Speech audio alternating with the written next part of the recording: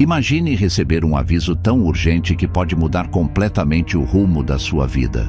Agora pense, e se esse aviso vier diretamente da Bíblia, trazendo uma verdade que muitos escolhem ignorar? Hoje, vamos falar sobre a condenação eterna, o aviso mais sério e urgente que Deus deixou para a humanidade. Essa mensagem não é popular, mas é essencial. A revelação final pode mudar sua forma de enxergar a vida. Antes de seguirmos, inscreva-se no canal, deixe seu like e compartilhe este vídeo. Vamos juntos explorar essa verdade que muitos evitam, mas que todos precisam ouvir. Um dos momentos mais impactantes do ministério de Jesus foi quando ele falou sobre o destino eterno dos seres humanos. Em Mateus 25:46, ele diz: "E irão estes para o castigo eterno, mas os justos para a vida eterna." Jesus não hesitou em alertar sobre a realidade da condenação eterna. Ele deixou claro que haverá um julgamento final, onde todos estarão diante de Deus, e suas escolhas nesta vida determinarão seu destino eterno. A condenação eterna não é apenas um conceito abstrato ou uma ideia simbólica.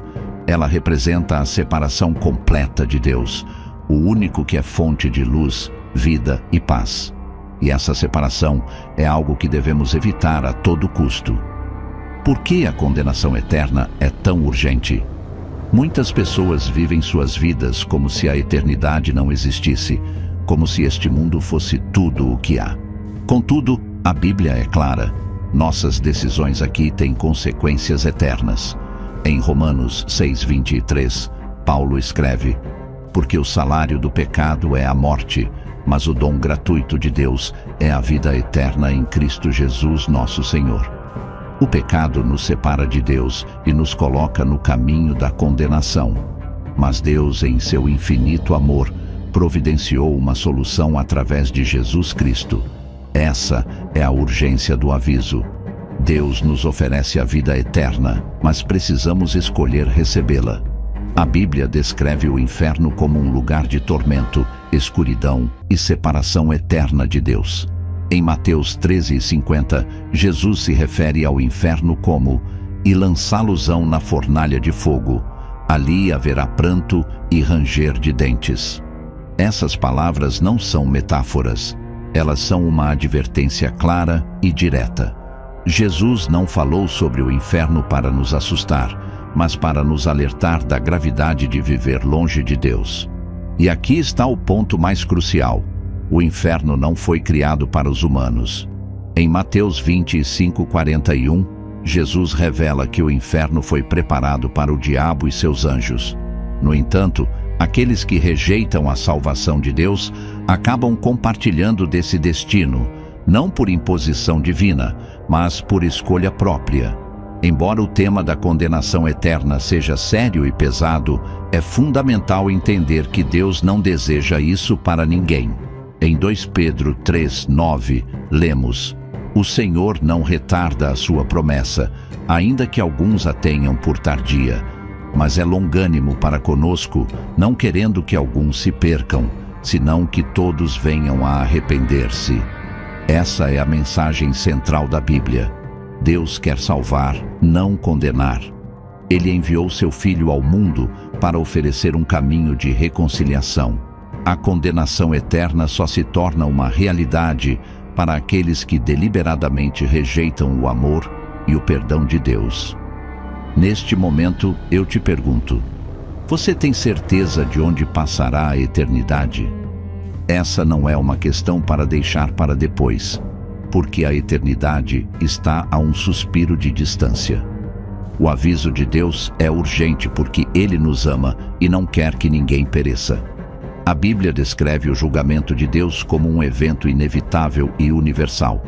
Em Hebreus 9:27 está escrito: "E como aos homens está ordenado morrerem uma só vez, vindo depois disso o juízo." Esse julgamento será conduzido por Jesus Cristo, conforme revelado em João 5:22. "E também o Pai a ninguém julga, mas deu ao Filho todo o julgamento."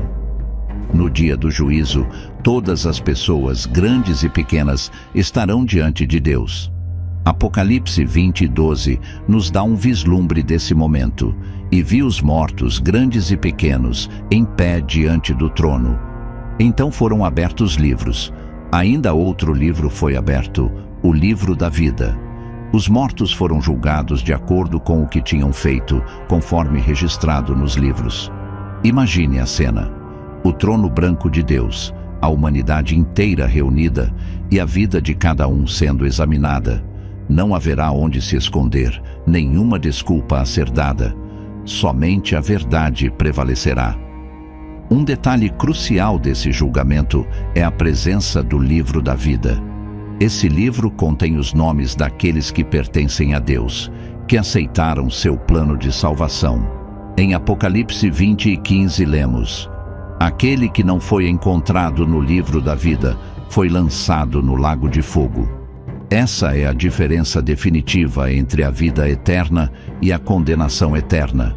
O que define se nosso nome está nesse livro não são nossas boas ações, mas nossa decisão de seguir a Cristo. Efésios 2:8-9 explica: pois vocês são salvos pela graça, por meio da fé, e isto não vem de vocês, é dom de Deus, não por obras, para que ninguém se glorie. Jesus frequentemente comparou a salvação a uma porta estreita, que poucos escolhem entrar.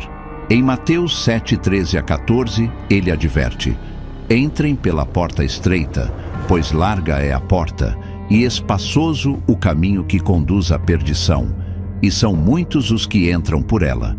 Como é estreita a porta e apertado o caminho que leva à vida, são poucos os que a encontram. Isso mostra que a salvação não é apenas uma decisão superficial. Ela exige um compromisso verdadeiro com Deus. Seguir Jesus significa andar no caminho estreito, que muitas vezes vai contra as tendências e desejos do mundo. É aqui que a mensagem da condenação eterna encontra sua solução. Deus não apenas alertou sobre a gravidade do pecado, mas também providenciou uma maneira de escapar de suas consequências. João 3,16 é o versículo mais conhecido da Bíblia, e por boas razões. Porque Deus tanto amou o mundo que deu o seu Filho unigênito, para que todo o que nele crer não pereça, mas tenha a vida eterna. Na cruz, Jesus carregou a condenação que nós merecíamos. Ele pagou o preço completo para que pudéssemos ser reconciliados com Deus. Romanos 5:8 declara: mas Deus prova o seu amor para conosco, em que Cristo morreu por nós, sendo nós ainda pecadores. Essa é a boa notícia do Evangelho. Não precisamos enfrentar a condenação eterna, porque Jesus já enfrentou por nós. O que significa ser salvo? A salvação não é apenas um bilhete para o céu, é uma transformação completa de vida. Em 2 Coríntios 5,17, Paulo escreve: portanto, se alguém está em Cristo, é nova criação. As coisas antigas já passaram, eis que surgiram coisas novas. Ser salvo significa viver em comunhão com Deus, experimentar seu amor e permitir que Ele molde nossas vidas. É uma jornada diária de fé, arrependimento e obediência. Você já tomou a decisão de seguir a Cristo? Essa é a escolha mais importante que você fará na vida. Não se trata de religião ou rituais, mas de um relacionamento pessoal com o Deus que te criou e te ama. Quando falamos sobre condenação eterna, é impossível ignorar o tema do inferno. Embora seja desconfortável para muitos, Jesus falou mais sobre o inferno do que qualquer outro personagem bíblico. Ele descreveu esse lugar com detalhes que nos fazem refletir sobre sua seriedade. Em Mateus 13:49-50, Jesus disse: assim será no fim do mundo. Os anjos virão e separarão os maus dos justos e os lançarão na fornalha de fogo. Ali haverá choro e ranger de dentes. O inferno é um lugar de sofrimento consciente, uma separação eterna de Deus. Não é apenas uma metáfora ou um conceito abstrato. É uma realidade descrita nas Escrituras como o destino daqueles que rejeitam a oferta de salvação de Deus. O livro de Apocalipse oferece a imagem mais gráfica do julgamento final. Em Apocalipse 20, 16 a 15, está escrito: Então a morte e o Hades foram lançados no lago de fogo. Esta é a segunda morte, o lago de fogo. Aquele cujo nome não foi encontrado no livro da vida foi lançado no lago de fogo. Esse lago de fogo é a culminação do julgamento de Deus. Ele representa a justiça divina contra o pecado. Mas mesmo nesse contexto de advertência, há um convite. Deus não deseja que ninguém pereça. Em 2 Pedro 3,9, lemos: O Senhor não demora em cumprir a sua promessa, como julgam alguns. Pelo contrário, Ele é paciente com vocês, não querendo que ninguém pereça, mas que todos cheguem ao arrependimento. Esse versículo revela o coração de Deus. Ele não criou o inferno para a humanidade, mas para o diabo e seus anjos. Mateus 25:41. No entanto, aqueles que escolhem rejeitar a Deus acabam escolhendo esse destino por conta própria. Em Deuteronômio 30:19, Deus oferece uma escolha clara ao seu povo. Hoje invoco os céus e a terra como testemunhas contra vocês, que coloquei diante de vocês a vida e a morte, a bênção e a maldição. Agora escolham a vida, para que vocês e os seus filhos vivam. Essa escolha é apresentada a todos nós. O céu não é reservado para os perfeitos ou religiosos. É para aqueles que reconhecem sua necessidade de um Salvador e colocam sua fé em Jesus Cristo. A decisão de seguir a Cristo não afeta apenas nosso destino eterno. Ela transforma nossa vida aqui e agora. Jesus prometeu em João 10:10: Eu vim para que tenham vida e a tenham em abundância. Essa abundância não é medida por riquezas ou prazeres terrenos, mas por um relacionamento pleno com Deus. É a paz que excede todo o entendimento, a alegria que não depende das circunstâncias e a esperança que nos sustenta em tempos de dificuldade. Jesus contou a parábola do rico e Lázaro, Lucas 16:29 a 31, como um alerta sobre as consequências de nossas escolhas. O rico que viveu para si mesmo encontrou-se em tormento após a morte. Ele implorou para que sua família fosse avisada, mas foi dito: Eles têm Moisés e os profetas, ouçam-nos. Essa parábola nos lembra que temos tudo o que precisamos para fazer a escolha certa. As Escrituras nos dão a direção e o Espírito Santo nos guia. Pense na eternidade como algo que começa agora. Onde você passará a eternidade depende da decisão que você toma hoje. Deus estende suas mãos de graça, mas cabe a cada um de nós responder a esse chamado. No entanto, a mensagem de Deus não é apenas de advertência, mas também de esperança. Enquanto o inferno é uma realidade que representa a justiça divina, o céu é a manifestação plena do amor e da graça de Deus. A Bíblia nos dá uma visão gloriosa da eternidade com Ele em Apocalipse 20, 3 a 4. E ouvi uma forte voz que vinha do trono e dizia: Agora o tabernáculo de Deus está com os homens, com os quais Ele viverá. Eles serão os seus povos, o próprio Deus estará com eles e será o seu Deus. Ele enxugará dos seus olhos toda lágrima. Não haverá mais morte, nem tristeza, nem choro, nem dor, pois a antiga ordem já passou. Essa descrição nos lembra que o sofrimento deste mundo é temporário. Deus prometeu restaurar todas as coisas. Não haverá mais dor ou separação, mas comunhão eterna com Ele. Enquanto aguardamos o cumprimento dessas promessas, somos chamados a viver de forma santa e irrepreensível. Em 1 Pedro 1, 15 a 16, lemos: Mas, assim como é santo aquele que os chamou, sejam santos vocês também em tudo o que fizerem. Pois está escrito: Sejam santos, porque eu sou santo. A santidade não é apenas uma lista de regras, É uma transformação de vida que reflete o caráter de Deus em tudo o que fazemos. É viver com propósito, sabendo que cada escolha que fazemos tem um impacto eterno. Jesus prometeu enviar o Espírito Santo para nos capacitar nessa jornada. Em João 14:26, ele disse: "Mas o Conselheiro, o Espírito Santo, que o Pai enviará em meu nome, lhes ensinará todas as coisas e lhes fará lembrar tudo o que eu lhes disse."